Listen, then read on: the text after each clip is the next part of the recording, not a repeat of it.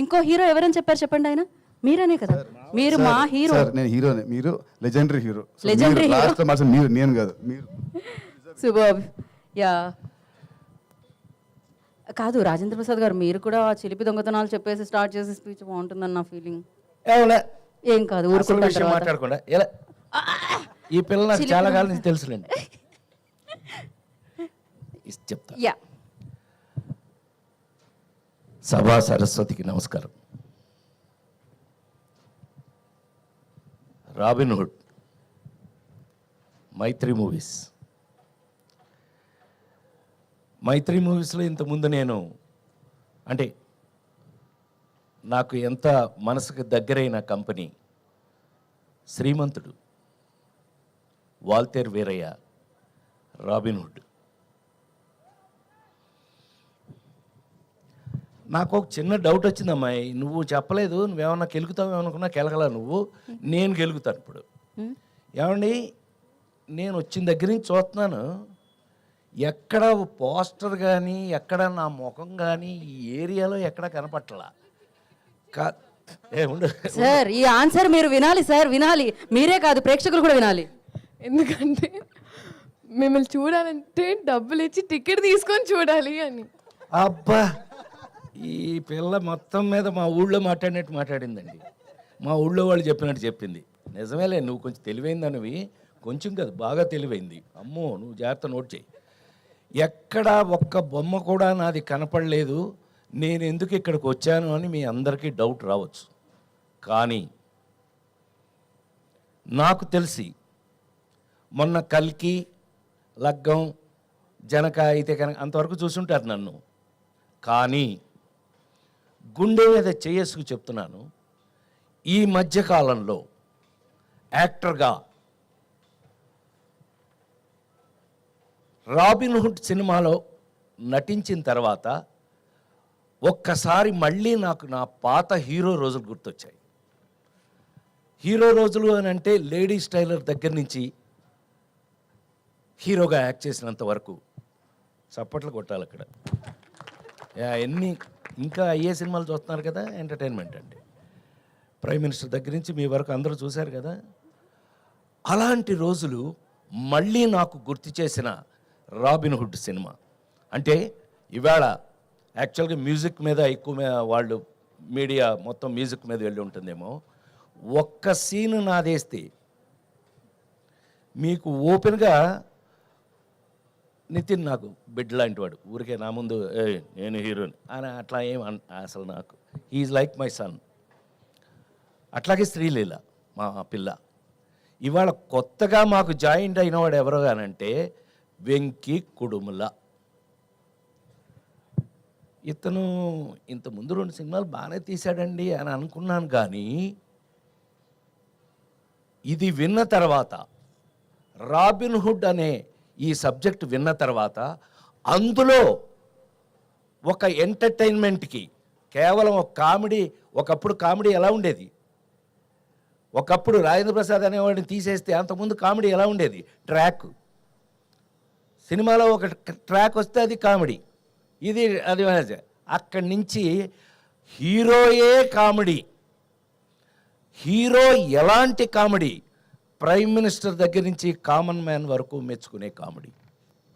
అంత గౌరవాన్ని దాన్ని తెచ్చుకుంటే, దాన్ని నేనెంత అదృష్టవంతుణ్ణి అంటే 5 జనరేషన్లుగా దాటుకుంటూ మీ దాకా వచ్చి, వెంకీ అబ్బాయి హీరో విను, నువ్వు 5 జనరేషన్లు దాటుకుంటూ వచ్చాను నేను. చిరంజీవి గారు క్షమించాలి, మా పెద్ద ఆయన నందమూరి తారక, విశ్వవిఖ్యాత నట సార్వభౌమ నందమూరి తారక రామారావు గారు, నాగేశ్వరరావు గారు, అదొక జనరేషన్. 2 కృష్ణన్నయ్య, సోన్బాబు అన్నయ్య, అదొక జనరేషను. చిరంజీవి గారు, నేను, మేమంతా ఒక జనరేషను. మహేష్ బాబు, జూనియర్ ఎన్టీఆర్, నితిన్, ఇదొక జనరేషను. ఇప్పుడు కొత్తగా జనరేషన్ వస్తుంది. మొత్తం 5 జనరేషన్లని దాటుకుంటూ మీ ముందు నిలబడిన నేను ఇంకా కూడా ఇలా ఫ్రెష్గా ఉండడానికి కారణం రాబిన్ హుడ్లో నా క్యారెక్టర్ లాంటివి. ఈ విషయాన్ని మీరు రేపు 28వ తారీఖున థియేటర్లో, ఈ మధ్య థియేటర్లో కూర్చొని హాయిగా ఫ్యామిలీతో చూసుకునే సినిమాలు లేవనే కంప్లైంట్ దాటి ఒక అద్భుతమైన ఫుల్ ఎంటర్టైన్మెంట్ మీకు మంచి కథతో, నేను అదే చెప్పాను. రాబిన్ హుడ్ ఏంటండి దొంగ. రాబిన్ హుడ్ అంటే దొంగ కదండి, వాడు ఇంగ్లీష్ సినిమాల నుంచి దొంగ కదా. అవును, ఈ సినిమా ఈ కథ చూశాక మన ఇంట్లో కూడా రాబిన్ హుడ్ లాంటి దొంగ ఒకడు ఉంటే బాగుండు అనిపిస్తుంది మీ అందరికి. ఇది గ్యారంటీ. ఇది కేవలం నేను ఒక ఫంక్షన్లో మీ అందరికీ మీ ముందు మాట్లాడడానికి నేను చెప్పట్లేదు.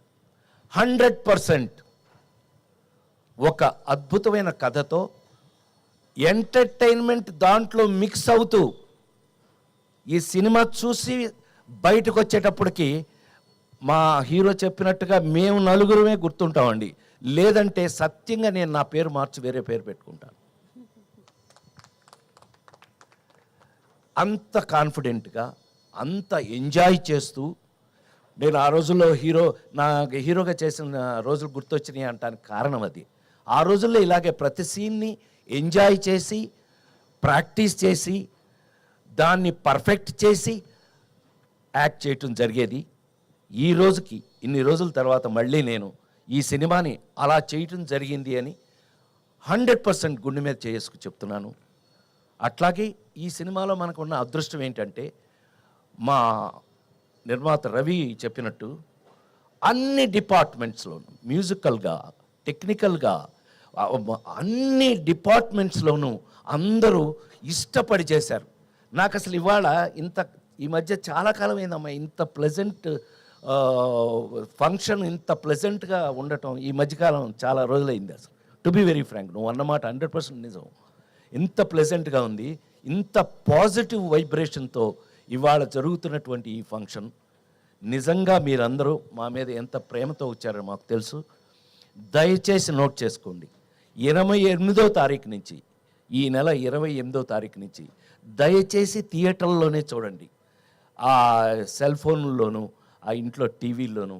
ఎస్, సినిమా ఇంటికి వచ్చేసింది. ఎస్, సినిమా అనేది ఇంటికి వచ్చేసింది. ఓటీటీ పేరు మీద, వేరే ఏ పేరు లేదా అయితే ఏమే, మొత్తం మీద సినిమా ఇంటికి వచ్చేసింది. కానీ నిజంగా థియేటర్లో కూర్చుని ఫ్యామిలీతో సహా చూడగలిగినటువంటి ఒక అద్భుతమైన సినిమా మనకు దొరికితే కనుక అంతకు మించిన ఎంటర్టైన్మెంట్ నాకు తెలిసి ప్రపంచంలోనే సినిమా అంటే అద్భుతమైన ఇంట్రెస్ట్ ఉన్నది ఇండియాలో, అందులోనూ మరి ముఖ్యంగా సౌత్ ఇండియాలోను, అందులో మరి ముఖ్యంగా తెలుగు వాళ్ళకి సినిమా అంటే ఎంత ఇష్టమో నాకు తెలుసు. నేను 48 సంవత్సరాలుగా సినిమాలో ఉన్నాను. నేను మీ అందరి ముందు ఈ రోజుకి నాకు ఇంత అద్భుతమైనటువంటి అవకాశం ఇచ్చిన నా కంపెనీ, నా మైత్రి మూవీస్.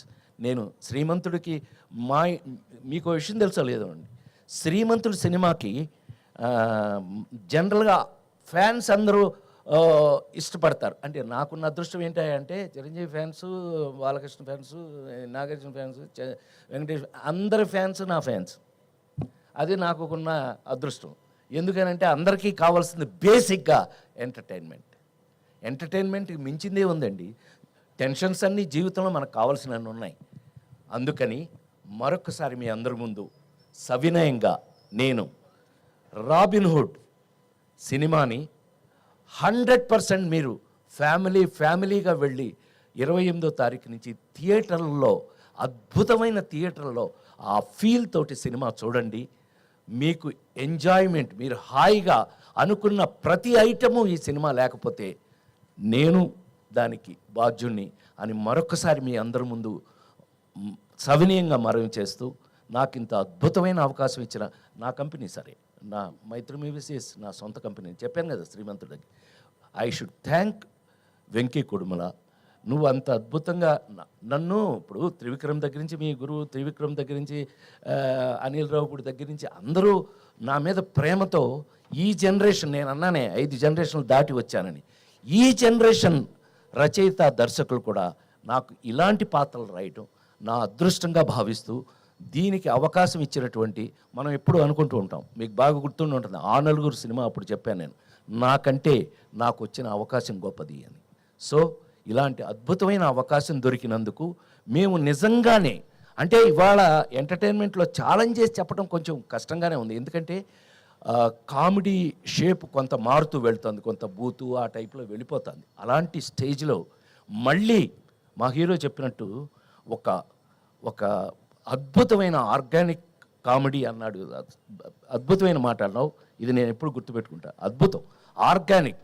మనకి ఆరోగ్యం కోసమే ఫుడ్డే ఆర్గానిక్ మారిపోయినప్పుడు, ఆ మందులే ఆర్గానిక్ మారిపోయినప్పుడు, మనం సినిమాని కూడా ఆర్గానిక్గా మార్చడానికి ప్రయత్నిస్తున్నందుకు, కనీసం అలాంటి ప్రయత్నం చేసినందుకు వెంకీ కుటుంబలకి నేను ఒక అద్భుతమైనటువంటి అప్రిషియేషన్ ఇస్తూ, నా తరఫున, అంటే కొంచెం సీనియర్ కాబట్టి నేను అప్రిషియేషన్ ఇస్తూ, ఈ సినిమాని దయచేసి థియేటర్లో మీరు చూడండి.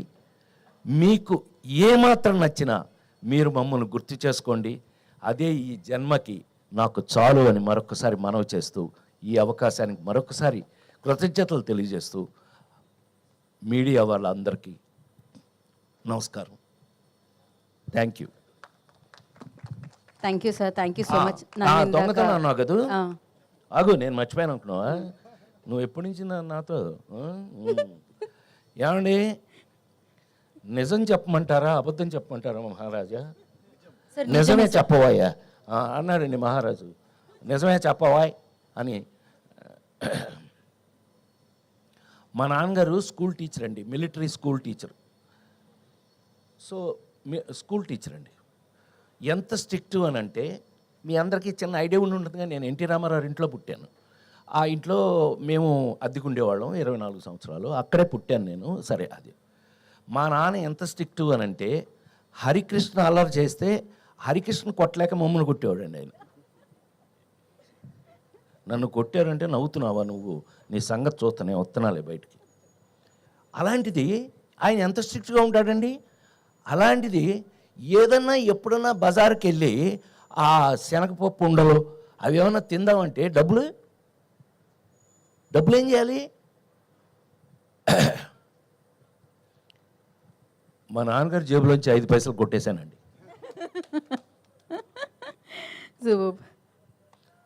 Let's frankly agree. ఈ విషయం ఇంతవరకు బహుశా తెలిసే అవకాశం లేదు. సో చిన్నప్పుడు అలాంటివి అసలు వీటికంటే మరి ముఖ్యంగా ఏంటంటే, మా ఇంట్లో 4 బ్రదర్స్ 2 సిస్టర్స్ అయితే అందరిలోనూ మా నాన్నగారి దగ్గర ఎక్కువ దెబ్బలు తింది నేనే. కారణం ఏంటంటే, పక్కింట్లోంచి జామ చెట్టు ఎలా కనపడుతుండేదండి, దానికి గుత్తులుగా కాయలు ఉండేవి, అద్భుతంగా పండేవి. ఎవడు ఊరుకుంటాడంటే చూస్తూ మనం పైకెక్కి మా నాన్న లేదు స్కూల్ నుంచి వచ్చేటప్పుడు చాలా టైం అవుతుంది, కరెక్ట్గా మనం చెట్టు పైకెక్కి కరెక్ట్గా కాయలు కోసేటప్పుడు ఆ ఇంటి ఓనర్ ఒక ఆవిడ, పాపం మొగుడు లేడు ఎవరు లేరు, ఆవిడ ఒక్కతే ఉండేది. ఆవిడ వచ్చి కింద కర్రచుకుని ఉంచునేది. మా నాన్న వచ్చేదాకా నుంచుని మా నాన్నగారు రాగానే చూడండి మీ వాడని చెప్పేది. ఈయన పైకి చూసి పొయ్యిలో పెడతారు పేళ్ళు, ఐడియా ఉంది కదా, ఆ పేడు ఇరిగేదాకా కొట్టేవాడు మా నాన్న. సో ఇలా చాలా దొంగతనాలు దెబ్బలు. కానీ నేను గోపాలకృష్ణ లాంటి వాడిని దొంగతనం చేసే పైకి వచ్చాను. Thank you very much.